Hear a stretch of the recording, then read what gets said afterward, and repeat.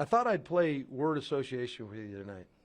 Bijan Robinson. The best football player in the world. I mean, he shows every single week. I mean, I've been saying that from the beginning, and we kind of giggled in the beginning, and now he just comes to work and shows up every single day. Best football player I've ever been around. He's unbelievable. You've got a guy in the back end who's been tutoring the other guy in the back end, and I don't know which one to talk about first, but I'll talk about the senior versus the younger guy, Jessie Bates. You know, Jesse just comes to work, man. He got a pick today, scored a touchdown. The things we're accustomed to seeing him do.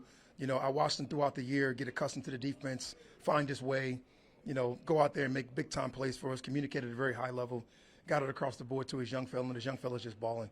And to watch those guys go out there and play, it makes you proud.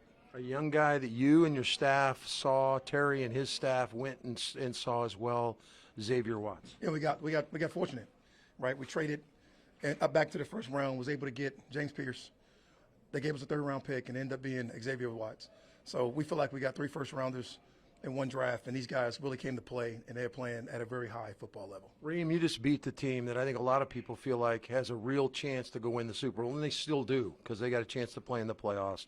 What does that mean about your guys? 3 consecutive wins, but you just went beat a team that a lot of people feel like is going to go win this thing. You know, the Rams are an excellent football team. They're well coached. They got a great organization. They got great leadership across the board. They got great football players across the board. We knew it would be a battle, and we wanted to show that we can play this type of football game. We can play versus this type of team, and the guys went out there and showed it. I'm so proud of all these guys with the effort and everything that put into it, and you know, their work is paying off, and I love that. You knew it was going to be a heavyweight fight. I think you wanted it to be a heavyweight fight. You knew they would get punched, but they were going to punch back. They punched back in the second half.